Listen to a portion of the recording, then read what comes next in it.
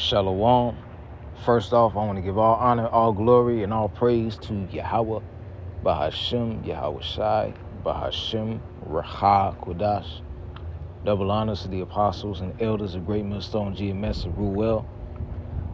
Peace and salutations to the elect, beginning with the 144,000. And to all the Akim and Akwaf tuning in, may this lesson be edifying. This is the brother Halalyum from the Great Millstone Chicago camp.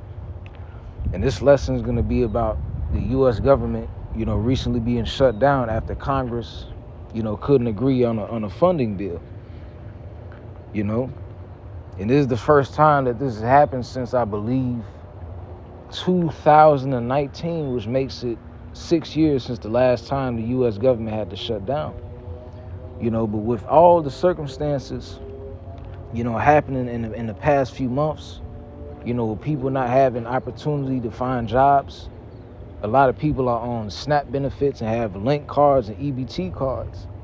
And with this government shutdown happening along with Trump's big, beautiful bill, things could easily spiral out of control way more than what it was in 2019, man. Because the economic state of America is much worse now than it ever was before. And many people, mainly, Jake and lower class communities are going to be affected as a result of this, man. So I asked,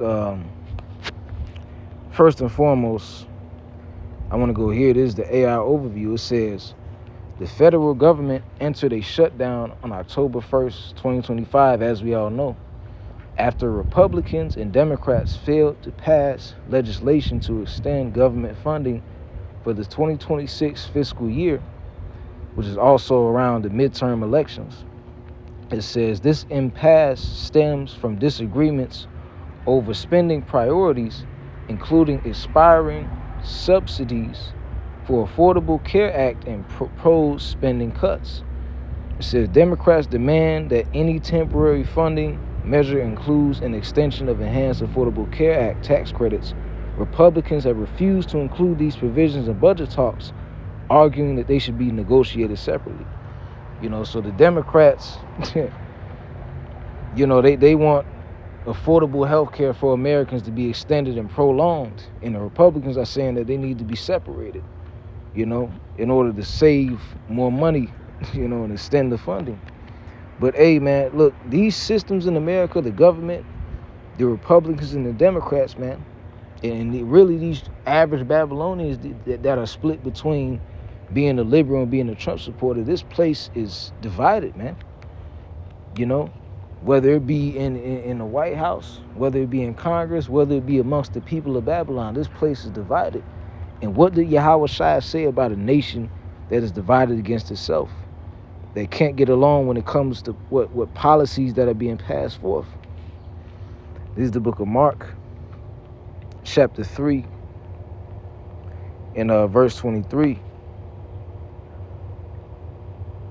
It says, matter of fact, I started at verse 22. It says, and the scribes, when he came down to Jerusalem, said, he hath Beelzebub, and by the prince of the devils casteth he out devils. So they tried to accuse Yahweh Shai of using the power of Satan to cast out other demons. And this is how Yahweh Shai responded.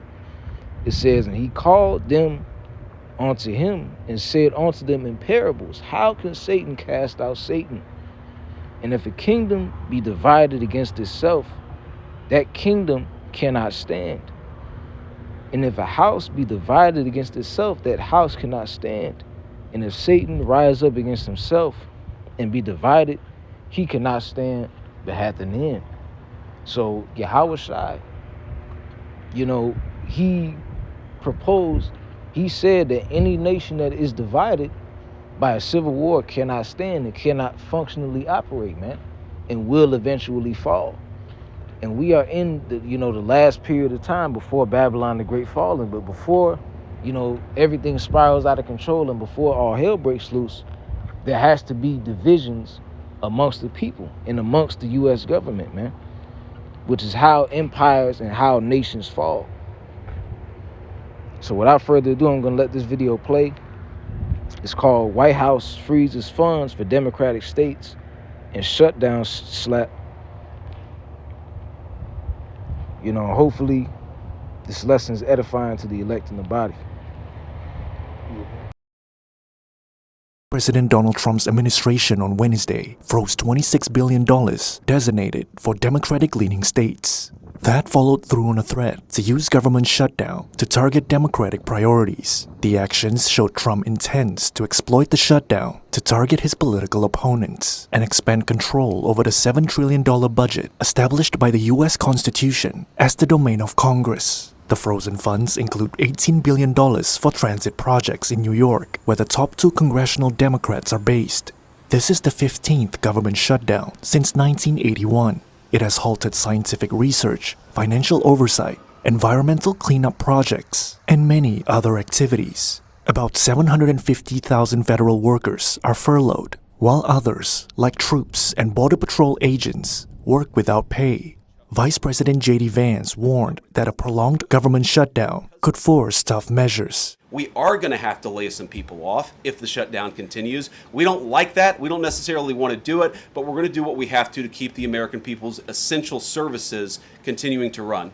Past shutdowns have not led to permanent layoffs. The political standoff has intensified, with both sides trading blame as they position for the 2026 midterm elections. Republicans control the White House. Democrats have labeled the shutdown as blackmail, accusing Trump of exploiting the crisis for partisan gain. They said Republicans were responsible for the disruption as they control the levers of power in Washington. Republicans said Democrats are bowing to partisan pressure to oppose Trump despite backing past spending bills. They repeated the false claim that the Democrats' plan extends health coverage to undocumented immigrants. Georgetown University senior fellow Matt Glassman says a resolution could come when one side fears it's taking the blame, but he says public workers could also have a say. And then that is another aspect of this, is that workers in certain key federal roles aren't just sort of public opinion players, but can actually take steps either through things like wildcat strikes or calling in sick that can affect the quality of government services to such a degree that it forces sort of the hands of politicians.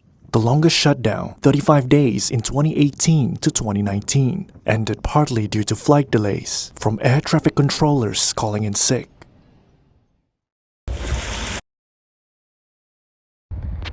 So as you just heard in the video, the man explained that when it comes to a government shutdown, one of the biggest, effects of that happening is a lot of people, losing their government assistance, man.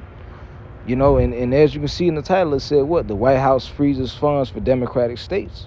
So that means that a large number, especially of you Israelites that live in these blue states, in places like Chicago, New York, Cali, and Washington, your benefits that you have obtained from the system, they're gonna start waning.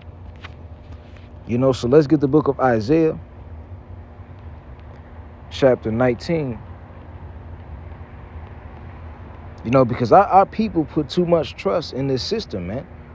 And these Democrats and Republicans, at the end of the day, neither of these parties care about you, man. Although they'll try to make it seem like they do. So all the benefits that our people have received from this system is all going to go to waste, man. But this is the book of Isaiah chapter 19 and verse 1. It says, the burden of Egypt, behold, the Lord rideth upon a swift cloud, and shall come into Egypt, and the idols of Egypt shall be moved at his presence, and the heart of Egypt shall melt in the midst of it. And I will set the Egyptians against the Egyptians, and they shall fight every one against his brother, and every one against his neighbor, city against city, and kingdom against kingdom. So, and that's what we see happening in America, whether it be turmoil among, Jake and Esau, among these political parties, MAGA supporters against the liberals. There are division amongst the Egyptians, amongst these Babylonians, man. Because while you have people that are, benefiting from these policies that are being put in place, which really, only people benefiting from these policies are the rich, man. Because when the government shuts down, people that have government assistance, they lose the majority of their benefits, man. the SNAP, the EBT, the link cards. So this is gonna cause more and more division than ever before, man. Verse. Now that's pretty much it on that. So I ended off with the book of 2nd Ezra, chapter 6 and verse 22. It says, "And suddenly shall the sown places appear unsown, the full storehouses shall suddenly be found empty. The trumpet shall give a sound, which when every man heareth, they shall suddenly be afraid. And at that time shall friends fight one against another like enemies. The earth shall stand in fear with those that dwell therein. The springs of the fountain shall stand still, and in 3 hours they shall not run." So this is going to cause, more and more division amongst these Babylonians. And eventually, family and friends and people that are close are going to turn on one another. The scriptures clearly told us that when iniquity shall abound, the love of many shall wax cold, man. In the Greek word, matter of fact, I want to go into that word. Let's see. This is the book of Matthew, chapter 24. In verse 12, it says, "And because iniquity shall abound, the love of many shall wax cold." And when you go into that word cold, it goes to the Greek word psycho, which means, I go straight down to the point, it says a metaphor of waning love. So the love of many is going to wax cold in these last days, man.